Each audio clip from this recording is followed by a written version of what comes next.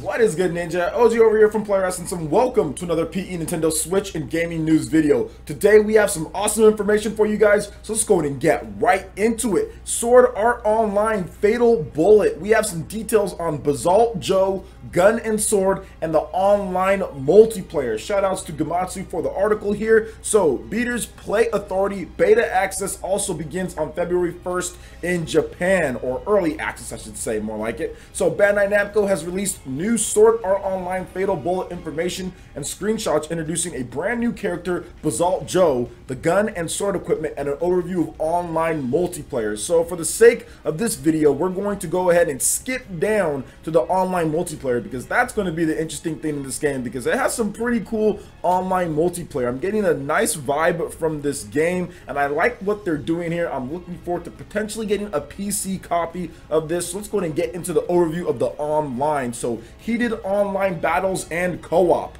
Get accustomed to battles so you can jump into online battles and co-op. You'll be able to enjoy intense battles unique to this game, including powerful bosses that one player alone cannot defeat, and 4 versus 4 team matches. In online co-op, you obtain rare items as rewards for clearing the objective. The items you obtain can be used to strengthen weapons at Lisbeth's workshop or create costumes for Asuna's costume quests to further strengthen your avatar character. Additionally, there are also time attack quests in online co-op where you complete to defeat enemies the fastest, master your skills, strengthen your avatar character, and slice your way to the top of the time attack rankings. In the co-op lobby, you can use emotion commands such as waving and nodding as well as voice chat to communicate with other players. You can also show your custom avatar character. You can also show off your custom avatar characters as well. So online battles, let's go ahead and get into that a little bit. A grand free-for-all battle where players are divided into 2 teams,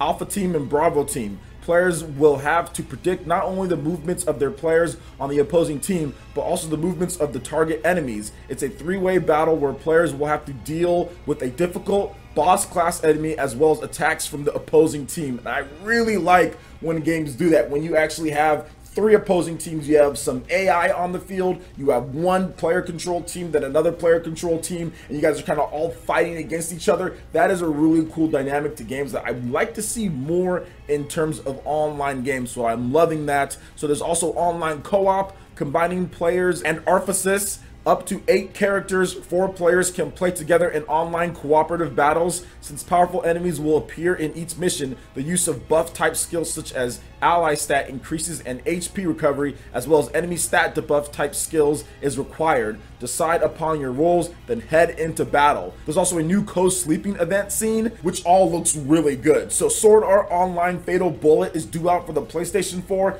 Xbox One, and PC on February 8th in Japan and February 23rd in the Americas and Europe. There's also some brand new screenshots and more information in the link in the description below. And I'm actually excited about this game, guys. I'm not into Sword Art Online at all, but I did play a little bit of the PlayStation 4 game and I just didn't really get into it. But this one has me interested because not only does it have swords, but it also has guns, and it just has like that MMO online RPG, but then offline type of feel to it. And like I said, I'm not into Sword Art Online anime, and I haven't played many of the other games, but something is speaking to me about this game. I don't know, maybe it's my inner Mass Effect fan that's really liking the designs and kind of what they're trying to do, the third-person shooting, action, RPG style. It's like anime Mass Effect. I know it doesn't play like that, and I know it's not going to be like that, but it just has me like thinking like that because I love third-person shooters, but I don't like standard third-person shooters. I like RPG third-person shooters like Mass Effect, and this game is an RPG third-person shooter, so it doesn't matter if I've liked the franchise before or not. It just speaks to me in terms of what they're trying to do with the gameplay and the concept, so I want to play it. And I'm so happy that there's a PC version. They're not pulling a Capcom and waiting so many months afterwards to release it on the PC. So we're going to be getting this game day and date on the PC via Steam on February 23rd in the Americas in the West. So I'm happy about that. So I'll probably pick up a PC copy of the game. If I don't get PC, I might get Xbox One. So we'll have to wait and see on that. So what do you guys think about Sword Art Online Fatal Bullet when it comes to the online gameplay? Is this game that you're interested in? Can any of you guys show me the ropes of this? Let me know your thoughts in the comment section below. Alright, and getting into the next article here, the Xenoblade Chronicles 2 director on the character models, reason for outsourcing, and so much more. There was a massive interview interview with Takahashi-san in addition to Hashino. Let's go and get right into the article here, and shout out to Nintendo Everything for this one. So Monolith Soft president and Xenoblade Chronicles 2 director Tetsuya Takahashi recently met with Persona producer and director Katsura Hashino for a lengthy discussion. The two met for the very first time to share some development stories in an interview which was published by Den Fami Nico Gamer. Silicon Era did translate one really interesting excerpt about the development struggles on Xenoblade Chronicles 2. Takahashi spoke about the great desire to improve the character models from the game and talked about the reason why outsourcing was so necessary. With under 100 developers working at Monolith Soft, about half working on Zelda and a few more needed for R&D, the company had around 40 of its own staffers available, which is yikes, only 40 people. So here's part of the discussion. Hashino had this to say first. It was impressive to see how lively the characters of Xenoblade Chronicles were. I certainly felt the love that went into the character CG models. It made me think how they must have been made with such confidence. Takahashi responded with, "Thank you very much, but rather than love, I believe it was more the passion of the workplace. Up until now, our characters always took a beating, so we said, this time we won't let you guys complain." That was promising to see. However, on the other hand, things didn't go well with the UI. We lost 3 programmers in the middle of development. Yikes. Now, Hashino had this to say, "Oh, is that so?" Takahashi said, "We had no choice but to do it with our remaining members, and we endured to the very end. The team worked hard, but that part was frustrating." Hashino responded with, "How much of it was handled in-house at Monolith Soft? Was the character modeling done internally?" Takahashi responded with, "Monolith Tokyo has a little less than 100 developers. Of that group, between 50 to 60% was helping with Nintendo with The Legend of Zelda Breath of the Wild. Of the remaining 40 to 50 people, several were part of R&D, research and development, and Xenoblade Chronicles 2 staff was made of the remaining 40 plus members. However, we couldn't make it with just these members, so we outsourced and revised what we got, and that was the flow of things." Takahashi also stated that the character models were produced externally and adjusted internally. Rex, Pyra, as well as several other models were done completely in-house from our members. Event design and scenarios were handled internally as well. So this was awesome to see them kind of push through and persevere through tough times, man. Nintendo really needed to get Legend of Zelda Breath of the Wild to make its launch date, so they had to take people who knew how to make open world games, people who know how to do that, and that's Monolith Soft. They're one of the best developers when it comes to open world games in Japan, so they really needed them, and Nintendo and Monolith Soft really had to pull through and just kind of outsource and get everyone to get on board when it comes to outsourcing and getting in the information, getting in the models, then kind of revising them and making sure it works. This makes it even more impressive that Xenoblade Chronicles was able to launch when they said it was going to launch, and the quality of the game is absolutely insane for having around 40 people that could work full-time on the game. Think about the quality of this game. Think about how big Xenoblade Chronicles is compared to some of the other games out there. Then really look back and say, yo, 40 to 50 people working on this only as far as a dedicated team made this game with some outsourcing. You guys have seen all the character illustrations, and a lot of the rare blades were outsourced. So it's just interesting, man, and it's awesome, and it's awesome to see that, and it kind of shows you the type of talent that Monolith Soft has at their studio. I think a lot of other studios would have folded. This game would have not made it. It would have been delayed. It would have just been a horrible game if this was handled by other people, but I think the talented developers over there at Monolith Soft were able to get it done, and I'm so hyped that they're able to see the actual rewards, in terms of the sales, for the first time that I can say that it's an outright success when it comes to Xenoblade Chronicles on the Nintendo. When it comes to a Xenoblade game on a Nintendo hardware, this is the first one that we can say, yeah, we've got 1 million units sold in 1 month. From December 1st to December 31st, 1.06 million units sold officially according to Nintendo. So that is just so great. And I bet you anything the team is just ecstatic that they were able to pull this off in that amount of time with limited resources and having to outsource, I mean, and do all that. I bet it was just hectic in there, but they pulled through, and I'm so happy because Xenoblade Chronicles 2 is such a dope game. I'm getting near the end of it, and man, it just gets better and better each chapter. It just gets more fun, and the content just keeps expanding, and it's just so good. It's so good. So if you haven't bought Xenoblade Chronicles 2 yet, go out there and pick it up, especially if you like RPGs even a little bit. Go out there and check it out. I'm pretty sure you'll be happy with the game. Plus, they're continuously making updates and improvements to the game, adding in quests. The season pass has some cool stuff as well, so I'm looking forward to the new game plus that should be coming out mid to late this month as well. So I need to have the game beat by then so I can new game plus it. So what do you guys think about Xenoblade Chronicles 2 in terms of the character modeling, the outsourcing,